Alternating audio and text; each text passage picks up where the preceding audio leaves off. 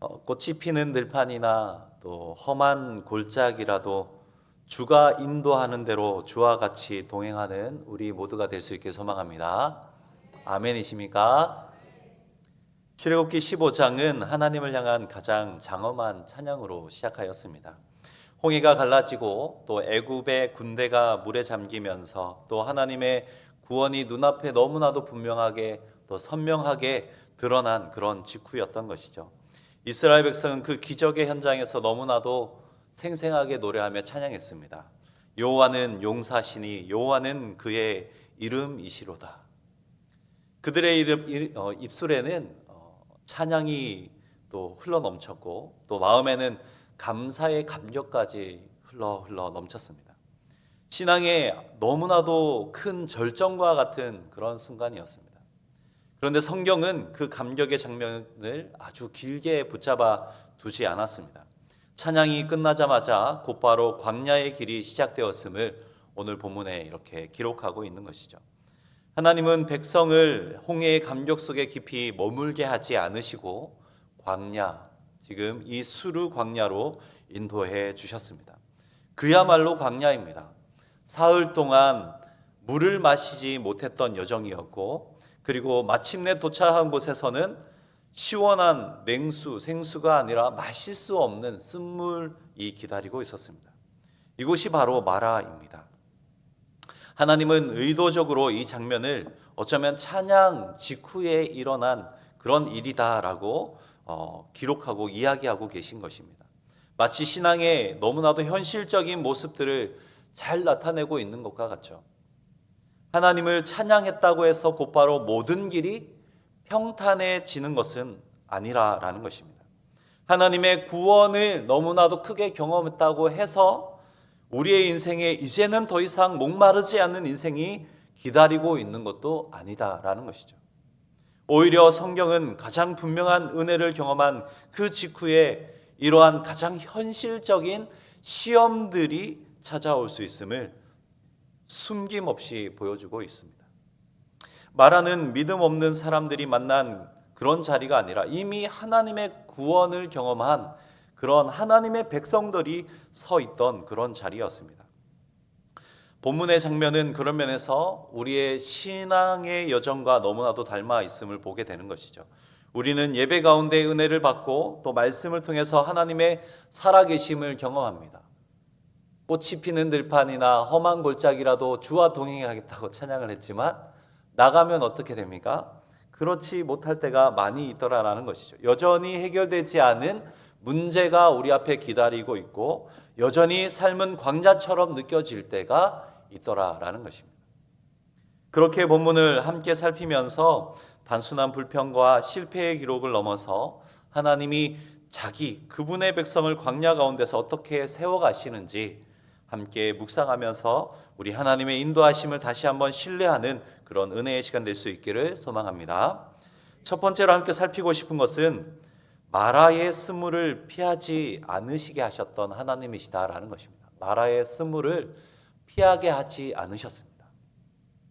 23절입니다. 마라에 이르렀더니 그곳 물이 써서 마시지 못하겠으므로 그 이름을 마라라 하였더라.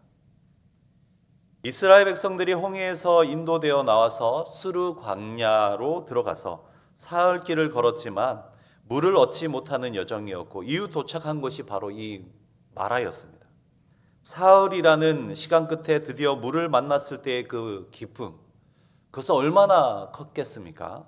그러나 그들은 마실 수 없는 쓴물에 맞닥뜨렸던 것이죠. 그래서 그곳 이름을 마라라 부르게 되었다 기록하고 있습니다.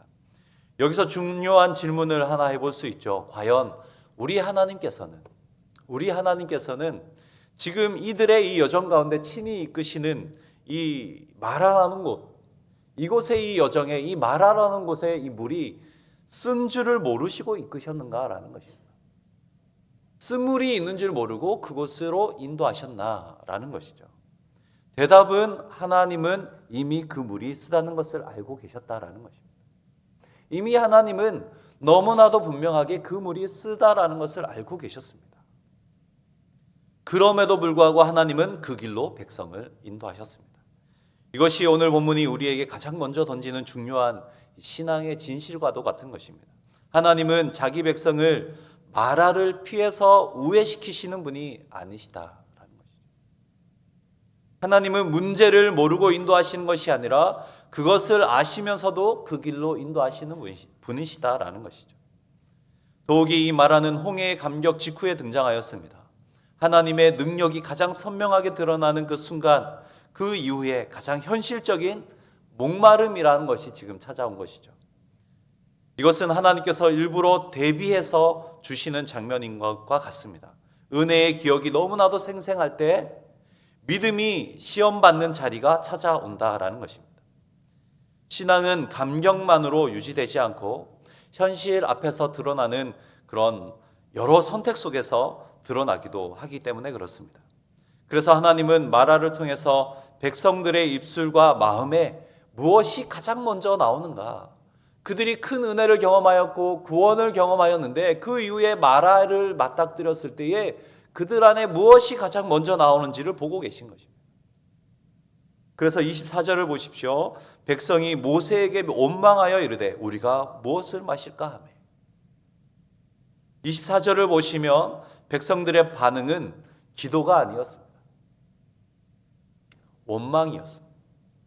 그들은 하나님을 향해 부르짖기보다 눈앞에 있는 이 지도자 모세에게 불평하며 원망하며 아주 큰 분노를 쏟아내었습니다.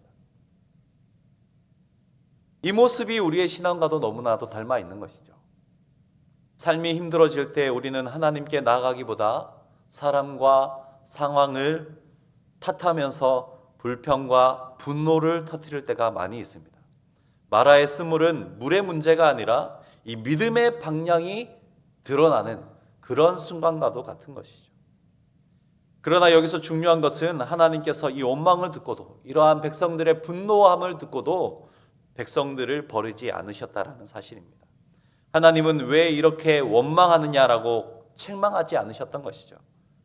여전히 그들과 함께 계셨고 그들의 목마름을 외면하지 않으셨던 그런 하나님이심을 우리는 잘 알고 있습니다. 시편 103편 14절도 이렇게 말씀합니다. 이는 그가 우리의 체질을 아시며 우리가 단지 먼지일 뿐을 기억하심이로다. 하나님은 우리가 얼마나 쉽게 흔들리는 존재인지 아시기 때문에 마라의 자리를 징벌의 자리로 삼지 않으시고 만남의 자리로 삼아 주셨던 것입니다. 이것이 우리 모두에게도 동일한 은혜가 되는 것이죠. 그런 의미에서 마라는 하나님이 멀리 계신 증거가 아니라 오히려 하나님께서 가장 우리와 가까이 계시다라는 그런 증거가 되는 것입니다. 이사야 43장 2절 말씀처럼 네가 물 가운데로 지날 때에 내가 너와 함께 할 것이다. 하나님이 여전히 우리와 함께 하시는 그런 분이시다라는 것이죠. 하나님은 쓴물 가운데서 이미 그 자리에서 역사하실 준비를 하고 계시며 우리와 그 자리 가운데서도 동행하고 계신다라는 것입니다. 우리의 삶에도 이와 같은 마라가 찾아올 때가 있습니다. 열심히 신앙생활을 해왔고 하나님의 은혜를 분명히 경험하며 또 구원의 감격까지도 있는데 뜻하지 않게 찾아오는 질병과 또 관계의 상처와 또 경제적인 어려움, 사역의 좌절 앞에서 마음이 무너질 때가 우리 모두에게도 있더라라는 것입니다. 그때 우리는 쉽게 이렇게 생각하기도 합니다. 하나님이 정말 나와 함께 하신다면 왜 이 길로 가게 하시는가? 하나님이 구원하셨고 하나님이 살아계시다면 왜 이 길로 나를 가게 하시고 우리 가정이 가게 하시고 또 내 삶의 영역이 이곳 가운데 있는 것일까? 그러나 본문은 분명히 말합니다. 하나님은 우리를 사랑하시기 때문에 때로는 이 마라와 같은 곳에 이끄신다라는 것입니다. 그곳에서 우리 자신을 보게 하시고 믿음의 방향이 틀어져 있다면, 믿음의 방향이 어긋나 있다면 그곳에서 교정하기도 하시고 하나님을 다시 붙들게 하시기 위함이기 때문인 것이죠. 사랑하는 성도 여러분, 마라는 피해야 할 실패의 장소가 아닙니다. 마라는 우리의 믿음이 하나님을 향하고 있는지 또 아니면 상황을 향하고 있는지를 드러내는 자리인 것이죠. 그리고 동시에 하나님이 여전히 우리와 함께 하심을 확인하게 되는 자리이며 믿음의 방향을 교정할 수 있는 자리가 되는 것입니다. 지금 우리 삶에 마라의 쓴물이 있다면 그것은 하나님이 우리를 놓으셨다라는 증거가 아니라 오히려 하나님이 우리를 더 깊이 만나시려는 그런 부르심일 수도 있습니다. 그러므로 하나님은 마라를 피하지 않으시고 그 자리에서 우리를 더욱더 깊이 만나주시는 신실하신 하나님 되심을 믿으시고 마라의 쓴물이 있는 그 자리에서 원망이 아니라 분노가 아니라 불평이 아니라 하나님을 향하는 절대적인 그 믿음을 더욱더 드러낼 수 있는 우리 모두가 될 수 있길 소망합니다. 두 번째로 함께 살피고 싶은 것은 하나님은 시험을 통해서 법도와 율례를 주시고 하나님의 백성답게 사는 법을 가르쳐 주신다라는 사실입니다. 마라에서의 사건은 단순한 이 쓴물이 단물로 바뀐 기적의 사건으로만 기록되어지고 있지 않습니다. 성경은 이 장면의 핵심을 이렇게 정리하고 있습니다. 25절 하반절에 보시면 거기서 여호와께서 그들을 위하여 법도와 율례를 정하시고 그들을 시험하셨다라고 기록하고 있습니다. 하나님은 마라를 기적의 무대 이전에 시험을 통해서 하나님 그분의 백성으로 살아가는 법을 배우는 그런 학교로 사용하려 하시고 계시다라는 것입니다. 힘든 상황 가운데 모세가 하나님께 부르짖자 하나님은 한 나무를 가리켜 보여주셨습니다. 그 나무를 물에 던지자 또 쓴물이 곧 달게 되었습니다. 여기서 중요한 것은 나무의 효능이 아니라 하나님의 말씀에 대한 순종인 것이죠. 하나님은 이미 해결책을 준비해 두셨지만 그것은 모세의 판단이나 또 경험이나 또 그의 모든 상황적인 그런 이끌림 그런 것들이 아니라 말씀을 통해서만 하나님이 지시하시는 그것을 통해서만 작동했던 것입니다. 출애굽 여정의 전체에 반복해서 나타나는 너무나도 중요한 원리 중에 하나인 것이죠. 하나님은 자기 생각이 아니라 우리의 생각이 아니라 그들의 생각이 아니라 하나님의 말씀에 따라 하나님의 명령을 따라 살아가는 그런 존재로 그 백성을 이끌고 계셨다라는 것입니다. 그래서 하나님은 이 사건을 통해서 분명히 선언하고 계셨던 것입니다. 26절을 한번 보시기 바랍니다. 이르시되 너희가 너희 하나님 나 여호와의 말을 들어 순종하고 내가 보기에 의를 행하며 내 계명에 귀를 기울이며 내 모든 규례를 지키면 단순하게 조건부적으로 약속하고 있는 것이 아니라 분명하고 명확한 구원받은 하나님의 백성의 삶의 방향에 대한 선언이고 이정표가 되는 것입니다. 하나님은 이미 이스라엘을 애굽에서 건져내셨기에 법도와 율례는 구원을 얻기 위한 조건이 아니었던 것입니다. 지금 이 시간 이 이스라엘 백성에게 율례와 법도를 선포하고 계신 것은 구원받은 하나님의 백성답게 살아가는 그 길로 주어진 그런 약속이다라는 것이죠. 여기서 우리는 율례와 법도를 오해하지 말아야 하는 것이죠. 하나님이 주시는 법도는 그분의 백성을 올가매는 족쇄가 아니라 이 광야에서 시험이 많고 근심이 많고 어려움이 많은 이 광야에서 살아남을 수 있는 이 생명의 질서를 알려주고 계신 것입니다. 생명줄을 알려주고 계신 것이죠.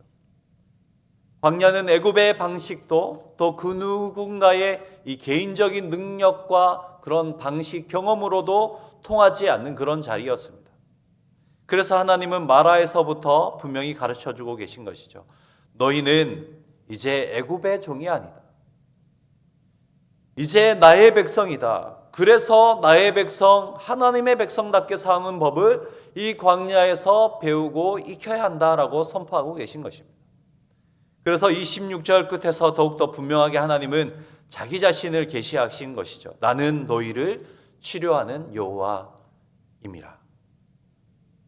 단순히 육체적인 질병을 치유하는 그런 의미만을 포함하고 있는 것이 아니라 애굽에서 형성되었고 애굽에서 체득되었던 왜곡된 사고방식, 불신과 원망, 두려움과 불순종까지 포함한 이 전인적인 놀라운 모든 치유와 회복을 의미하는 것입니다. 하나님은 백성의 환경만 바꾸시는 것이 아니라 그분의 백성의 삶의 태도와 가치관, 세계관까지라도 새롭게 빚으시는 그런 분이신 것이죠.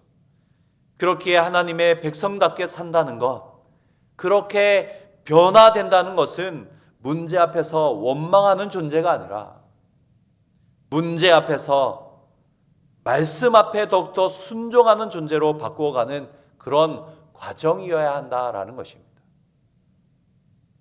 이 장면은 우리의 현실, 신앙의 현실과도 너무나도 깊이 맞닿아 있음을 볼 수 있습니다.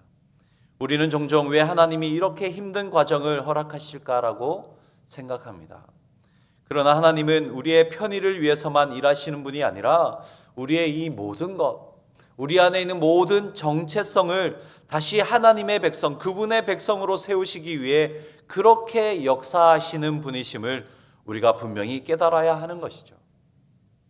믿음은 문제가 없는 그런 평탄한 삶을 의미하는 것이 아니라 문제 속에서도 하나님의 말씀을 따라 사는 법을 배우는 것입니다. 그것이 믿음인 것입니다. 그래서 하나님은 시험을 통해서 우리가 누구에게 속한 사람인지를 분명히 가르치시고 또 선포하시고 또 그렇게 더욱더 드러나게 하시는 것입니다. 하나님의 백성이 하나님의 백성다운 삶으로 살아가는 모습들을 더욱더 드러내게 하시는 것입니다. 오늘 우리에게도 마라와 같은 시험이 주어질 때가 있습니다. 그때 우리는 두 가지 길 앞에 서게 될 것입니다. 하나는 애굽에서 배운 방식, 곧 불평과 두려움의 길이고, 또 다른 하나는 하나님의 백성답게 말씀을 붙드는 길입니다.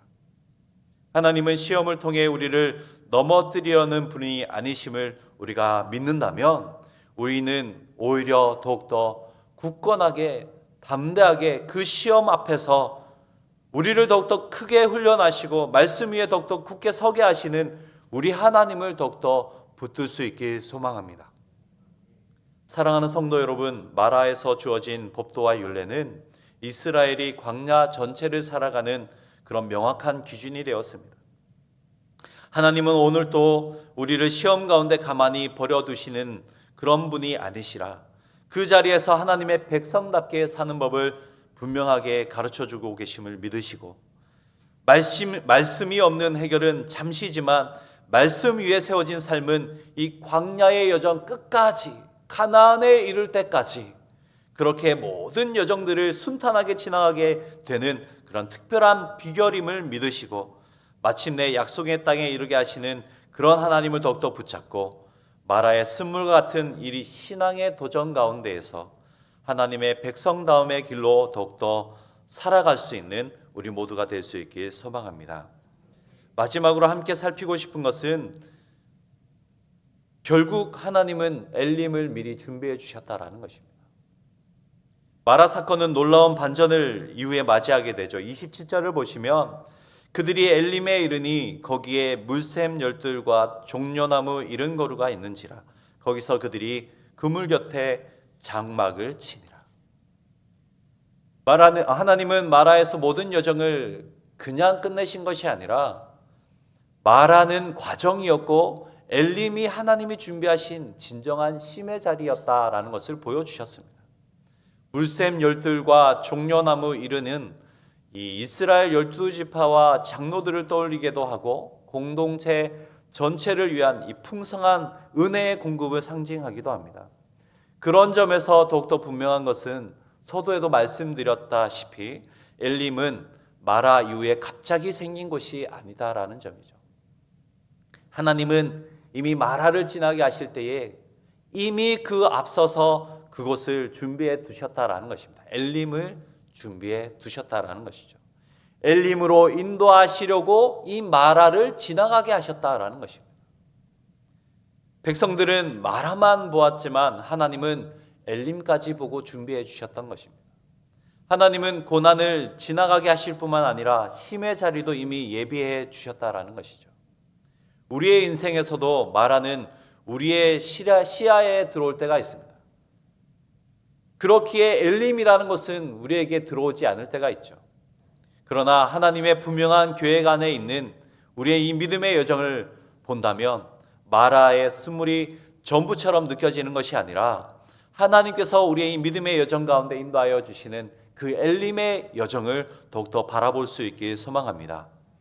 우리의 현재를 넘어 미래를 보시고 또 준비하시는 그 능력의 하나님, 우리의 모든 것을 주관하시며 이끄시는 우리 주 하나님을 더욱더 바라보면서 이 믿음의 여정을 더욱더 힘있게 걸어야 하는 것이죠. 그렇다고 해서 이 엘림이 우리의 완전한 해결이 될 수 있는 것은 아닙니다. 일시적이겠죠. 하지만 분명한 사실이 하나 있습니다. 하나님이 우리를 결코 이 땅 가운데, 이 광야의 여정 가운데 홀로 내버려 두지 않으신다라는 사실입니다.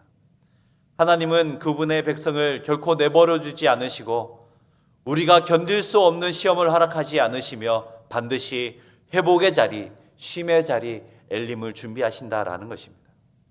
사랑하는 성도 여러분, 오늘 우리는 마라의 쓴물 앞에 서 있는 우리 자신을 발견하게 될지도 모르겠습니다. 그러나 분명히 기억할 수 있길 소망합니다. 하나님은 마라를 피하지 않으시고 그 자리에서 우리를 만나 주신다는 것입니다. 하나님은 우리를 시험을 통해 가르쳐 주시고 말씀이 이끄시는 순종의 길, 또 그분의 백성다운 말씀의 은혜의 길로 인도해 주시는 분이십니다. 그리고 무엇보다도 엘림을 이미 준비해 두신 신실하신 하나님이신 것이죠. 그렇기에 지금 우리 삶 앞에 주어진 것이 비록 마라의 쓴물처럼 느껴질지라도 하나님은 그 물을 달게 하실 수 있는 분이시며 그 이후의 여정도 책임져 주시는 분이심을 믿으실 수 있길 소망합니다. 그래서 결론적으로 우리 앞에 있는 이 마라는 끝이 아니다라는 것입니다. 마라를 지나 엘림으로 인도하실 그 하나님을 더욱더 신뢰하면서 오늘도 그분의 손을 붙잡고 말씀을 붙들고 더욱더 한 걸음씩 힘차게 힘있게 걸어갈 수 있는 우리 모두가 되어줄 수 있길 소망합니다. 우리 들으신 말씀 생각하시면서 함께 기도하겠습니다.